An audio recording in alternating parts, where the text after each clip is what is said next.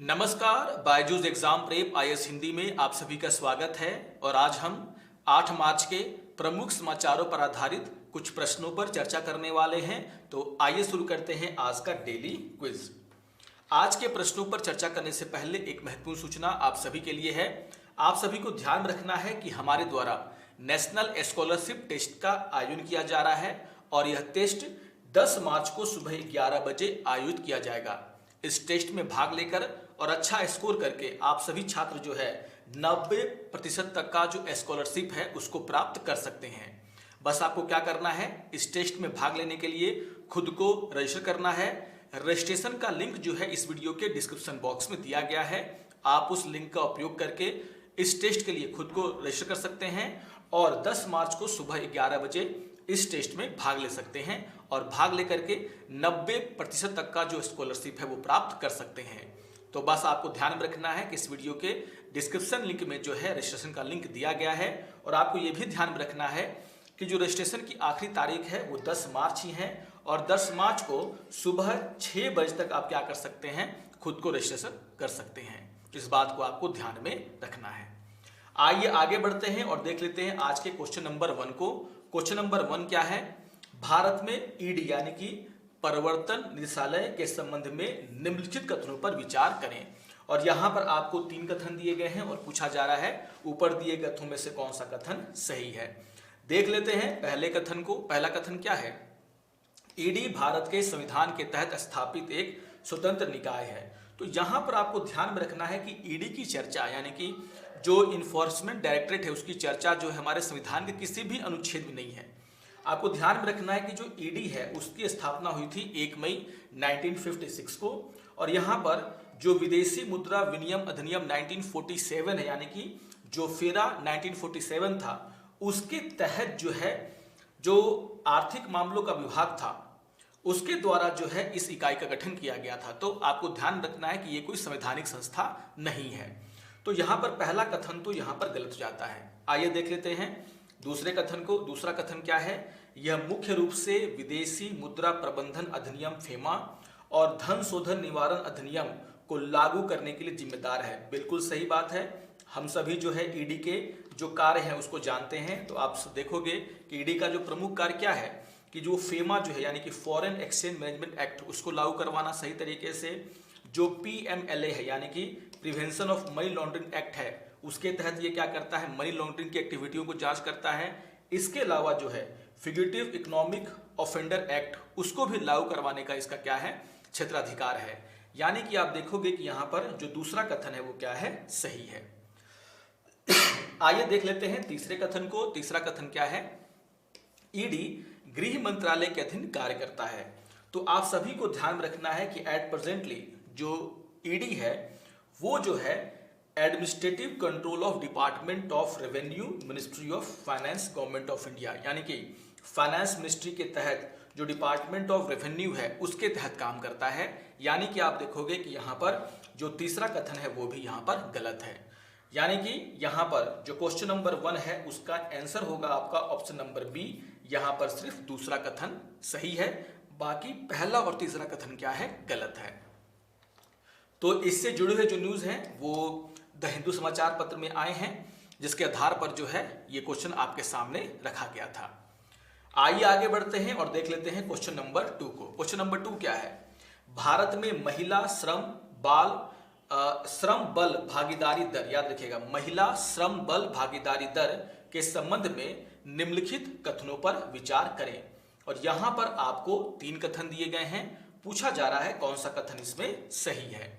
देख लेते हैं पहले कथन को। पहला कथन क्या है कि भारत में FLFPR यानी कि महिला श्रम बल भागीदारी दर पिछले 5 वर्षों में लगातार बढ़ रहा है जो महिला शक्तिकरण को दर्शाता है। तो अगर हम महिला श्रम बल भागीदारी दर की बात करें तो आप देख सकते हो यहां पर PIB में भी इसको लेकर के न्यूज आया था। और अगर आप देखोगे तो 2017-18 से लेकर के 2022-23 तक का यहाँ पर डेटा दिया गया और यहाँ पर दिखाया गया है कि जो female labour force participation rate है वो जो है 17-18 में कितना था, 23.3। जो कि 22-23 से बढ़कर कितना हो गया 37.0, यानी कि लगातार आप देखोगे कि ये पिछले 5 वर्षों में क्या है, बढ़ा है। 23 से 24, 30, 32, 32 और फिर 37। तो यहाँ पर पहला कथन तो आप देखोगे कि यहाँ पर सही है। आइए देख लेते हैं दूसरे कथन को। दूसरा कथन क्या है, भारत दुनिया में सबसे अधिक FLFPR में से एक है जो कार्यबल में महिलाओं की मजबूत उपस्थिति को दर्शाता है। यह कथन गलत है। अगर आप देखोगे तो पूरी दुनिया में बहुत सारे ऐसे देश हैं जहां पर जो female labour force participation rate है वो भारत से कहीं ज्यादा है। आप देख सकते हो नेपाल में, वियतनाम में, चाइना में, US में, यूनाइटेड किंगडम में, जर्मनी में, जापान में। यहां पर आप देखोगे कि जो 2019 का अगर डेटा को हम लोग देखते हैं यहाँ पर, तो आप देख सकते हो ये 2019 का डेटा है और यहाँ पर 2019 के डेटा में भारत से ऊपर कई सारे जो हैं देश हैं। तो टॉप 5 में तो भारत यहाँ पर नहीं है। तो इसके आधार पर अगर देखा जाए तो यहाँ पर दूसरा कथन क्या हो जाता है आपका, गलत। आइए आगे बढ़ते हैं और देख लेते हैं तीसरे कथन को। तीसरा कथन क्या है, महिलाओं के लिए लक्षित कौशल विकास कार्यक्रम FLFPR बढ़ा सकते हैं। तो बिल्कुल सही बात है। अगर हम महिलाओं को कौशल सिखाएंगे तो जरूर जो श्रम बल में उनकी जो भागीदारी है वो क्या होगी, बढ़ेगी। तो ये कथन तो अपने आप में ही पढ़ते ही आपको समझ में आ जाना चाहिए कि ये क्या कथन क्या है, सही है। तो पहला और तीसरा कथन तो सही है, लेकिन दूसरा कथन जो है अपने आप में गलत है। यानी कि जो क्वेश्चन नंबर 2 है उसका आंसर क्या होगा, उसका आंसर होगा आपका ऑप्शन नंबर डी।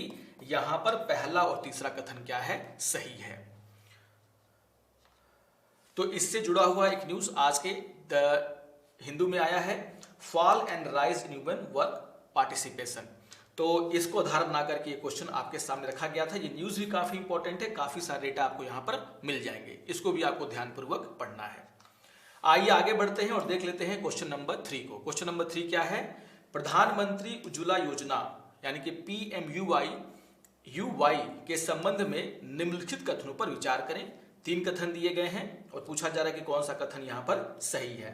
तो देख लेते हैं पहले कथन को। पहला कथन क्या है, प्रधानमंत्री उज्ज्वला योजना का लक्ष्य ग्रामीण क्षेत्रों में गरीबी रेखा से नीचे यानी कि जो BPL फैमिली है परिवारों को स्वच्छ खाना पकाने का ईंधन उपलब्ध कराना है। तो बिल्कुल सही बात है। जब हम बात करते हैं प्रधानमंत्री उज्ज्वला योजना की तो आप देखोगे कि इसके जो लक्ष्य हैं, जिसके जो लक्ष्य हैं वो भी यहाँ पर भी आप दिया हुआ है, क्या है, provide free LP cylinder to all BPL household. तो लक्ष्यों के बारे में आप सभी पहले से ही जानते हैं, यानी कि यहाँ पर जो पहला कथन है वो क्या है, सही है। आइए देख लेते हैं दूसरे कथन को। दूसरा कथन क्या है कि PMUY का उद्देश्य पारंपरिक खाना पकाने के ईंधन के कारण होने वाले इंडोर वायु प्रदूषण को कम करना है। तो आप सभी जानते हैं कि पहले जो महिलाएं, जो खास करके ग्रामीण इलाकों में जो महिलाएं हैं वो लकड़ियों का इस्तेमाल करती हैं, कोयले का इस्तेमाल करती हैं, उनके कारण जो है जो वायु प्रदूषण है जो घर के अंदर होता था उसके कारण उनको काफ़ी ज़्यादा हेल्थ इशू भी होते थे। और अभी जो है सरकार इस योजना के तहत उनको गैस सिलेंडर मुहैया करा रही है जो कि एक क्लीन फ्यूल है विथ रिस्पेक्ट टू वुड और जो कोल है, अगर हम उससे कंपेयर करें तो ये कथन भी आप देखोगे कि यहाँ पर सही है। अगर हम उद्देश्यों को भी पढ़ेंगे तो वहाँ पर भी क्या है, providing clean fuel to women. तो आप देखोगे कि यहाँ पर दूसरा कथन भी क्या है, सही है। आइए दूसरा कथन भी क्या है, सही है। आइए देख लेते हैं तीसरे कथन को। तीसरा कथन क्या है, PMUY महिला एवं बाल विकास मंत्रालय के द्वारा शुरू की गई एक सामाजिक कल्याण योजना है।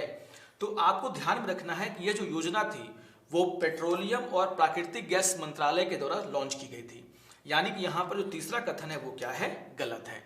तो आप देखोगे कि यहाँ पर 2 कथन सही हैं, 1 कथन गलत है। यानी कि क्वेश्चन नंबर 3 का आंसर क्या होगा, आंसर होगा आपका ऑप्शन नंबर ए, पहला और दूसरा। आइए आगे बढ़ते हैं और देख लेते। इससे जुड़ा हुआ अगर जो न्यूज है वो क्या है कि centre x tends Ujjwala subsidy by another year. तो यहाँ पर सरकार ने क्या किया है, जो उज्ज्वला योजना के तहत जो सिलेंडर पर सब्सिडी मिल रही थी उसको क्या किया है, 1 साल और बढ़ा दिया है। तो ये सारी बातें, इसको भी आप जरूर ध्यान से पढ़ेंगे। आइए देख लेते हैं क्वेश्चन नंबर 4 को। क्वेश्चन नंबर 4 क्या है, भारत के मुख्य न्यायाधीश के संबंध में निम्नलिखित कथनों पर विचार करें। CGI को लेकर के यहाँ पर बात हो रही है। पूछा जा रहा है कौन सा कथन सही है। 3 कथन यहाँ पर दिए गए हैं। पहला कथन क्या है कि भारत के मुख्य न्यायाधीश की नियुक्ति भारत के राष्ट्रपति द्वारा की जाती है। बिल्कुल सही बात है। कोलेजियम सिस्टम जरूर है, लेकिन नियुक्ति कौन करेंगे? तो हमारे भारत के राष्ट्रपति। दूसरा कथन क्या है? भारत के मुख्य न्यायाधीश का कार्यकाल निश्चित है और यह 5 वर्ष है। देखिए, कार्यकाल निश्चित नहीं है, रिटायरमेंट एज है वो कितना है? 65 ईयर, 65 ईयर। तो 5 वर्ष निश्चित कार्यकाल है, ये हम लोग नहीं कह सकते। तो आप सभी जानते होंगे इसके बारे में। दूसरा कथन क्या है? यहाँ पर गलत है। तीसरे कथन को देख लेते हैं। तीसरा कथन क्या है? भारत के मुख्य न्यायाधीश पर संसद के दोनों सदनों के विशेष बहुमत द्वारा महाभियोग लगाया जा सकता है। तो आप सभी ने पढ़ा है कि किस तरीके से सुप्रीम कोर्ट के एक जज को हटाने की प्रक्रिया है।